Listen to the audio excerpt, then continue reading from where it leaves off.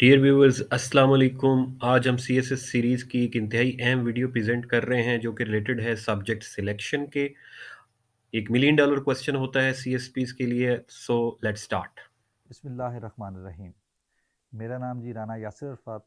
और हमने एक स्टार्ट किया था सीएसएस के हवाले से इंफॉर्मेशन देने के लिए। एक हमने एपिसोड वाइज एक यूट्यूब पे हम देने लगे थे कुछ वीडियोस। तो आज उस सिलसिले की हम दूसरी वीडियो बना रहे हैं। पहली वीडियो में हमने ये बताया था कि सीएसएस होता क्या है, उसकी एलिजिबिलिटी क्या है, क्वालिफ़िकेशन कितनी होनी चाहिए, या कि उसकी नो हाउ जो एक बेसिक लेवल पे होती है। तो आज हम उसके सिलसिले का दूसरी एपिसोड बनाने लगे हैं, जिसमें हम आप लोगों को सब्जेक्ट सिलेक्शन के हवाले से कुछ बताएंगे कि इसमें कौन कौन से सब्जेक्ट्स होते हैं और सब्जेक्ट सिलेक्शन कैसे होती है, कौन से ग्रुप्स के में होते हैं, और एक एक सब्जेक्ट ग्रुप में से आप कितने कितने सब्जेक्ट्स ले सकते हैं, कितने नंबर के पेपर एक सब्जेक्ट ग्रुप से ले सकते हैं और कितने दूसरे से ले सकते हैं। तो सबसे पहले जी बात करते हैं। हमारे पास जी पहले है कंपलसरी सब्जेक्ट्स, जिसमें हमारे पास आ जाता है 100 मार्क्स का होता है इंग्लिश ऐसे। उसके बाद होता है इंग्लिश प्रेसी एंड कंपोजिशन, ये भी 100 मार्क्स का होता है। उसके बाद होता है जनरल साइंस एंड एबिलिटी, जिसको मोस्ट ऑफ द टाइम वो कहते हैं एवरीडे साइंस भी कहा जाता है। उसके अलावा आ जाता है current affairs, Pakistan affairs and Islamiyat. ये सब जो हैं ये एक एक 100 मार्क्स का पेपर है, क्योंकि इसमें आप लोगों ने एक एक पेपर अटैम्प्ट करना है और वो 100 मार्क्स होगा, तो ये टोटल बन जाते हैं 600 मार्क्स। उसके बाद अब आगे बात करते हैं हमारे जो ऑप्शनल सब्जेक्ट्स हैं। ऑप्शनल सब्जेक्ट्स भी हमने 600 मार्क्स के लेने होते हैं। उसमें कुछ सब्जेक्ट्स ऐसे हैं जो कि 200 मार्क्स के हैं, कुछ सब्जेक्ट्स ऐसे होते हैं जो कि 100 मार्क्स के हैं। लेकिन उसके अंदर कुछ ग्रुप्स बने हुए हैं कि हर ग्रुप में से वो बताते, उधर जो सिलेबस एफपीएससी ने दिया हुआ है वहाँ लिखा होता है कि इस ग्रुप में से आप कितने नंबर के कितने मार्क्स के ले सकते हैं सब्जेक्ट्स। तो अभी हम बात करते हैं कि जो ग्रुप 1 है, जिसमें आ जाता है accountancy auditing, economics, computer science, political science and international relations. ये ग्रुप 1 में जो जितने भी हैं सब्जेक्ट्स हैं, ये सारे 200 मार्क्स के हैं।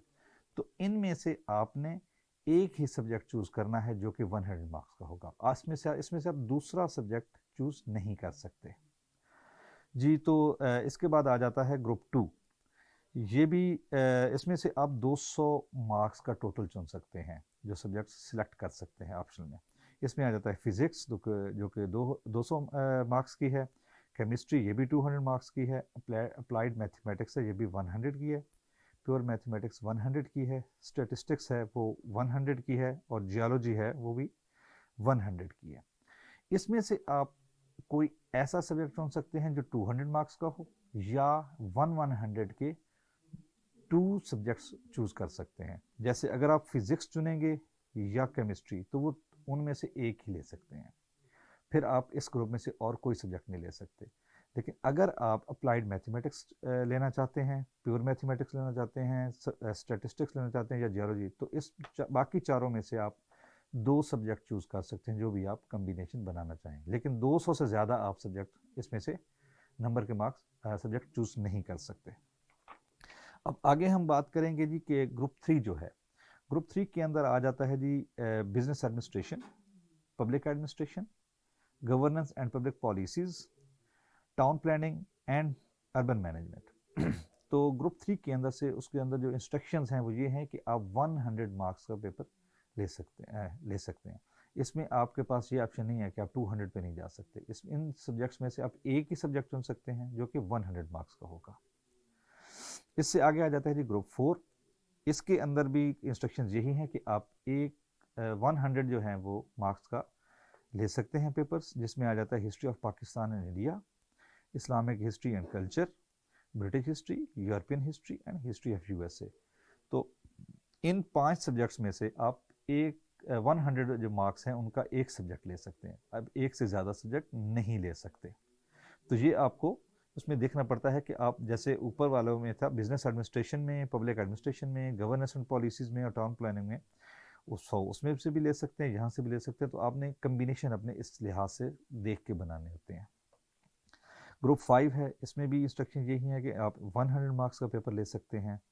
तो इसमें आ जाता है gender studies, environmental sciences, agriculture and forestry, botany, zoology, English literature and Urdu literature.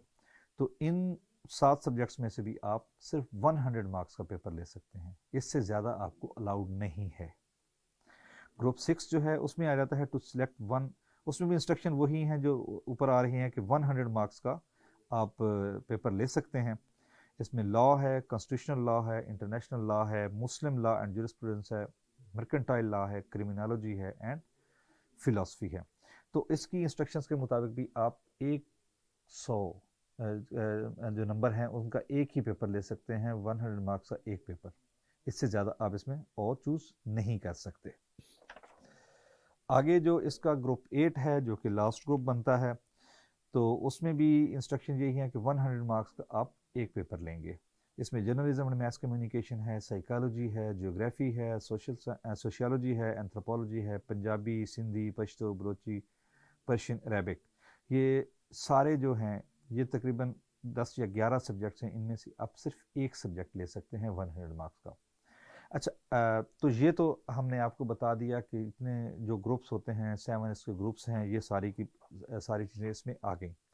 अभी हम आपको ये बताते हैं कि इसमें सब्जेक्ट सिलेक्शन एक्चुअली कम्बिनेशंस किस तरह के बनाने चाहिए। तो सबसे पहले आपको ये बताते चलें कि जो CSS है ये कोई एक, आपको पहले भी जैसे हमसे बात हुई थी कि ये एक डिग्री नहीं है कि आप ऐसे सब्जेक्ट्स लें कि सिर्फ पास नहीं होना, कि डिग्री में होता है कि पास हो गया तो उसके बाद आगे आपको डिग्री मिल जाती है। लेकिन यहाँ पर क्योंकि आप कंपटीशन में जा रहे हैं, तो कंपटीशन के हवाले से आपको ये देखना होता है कि आपने ऊपर वाला मेरिट में ऊपर आना है ताकि आपको वो उसमें एलोकेशन हो सके।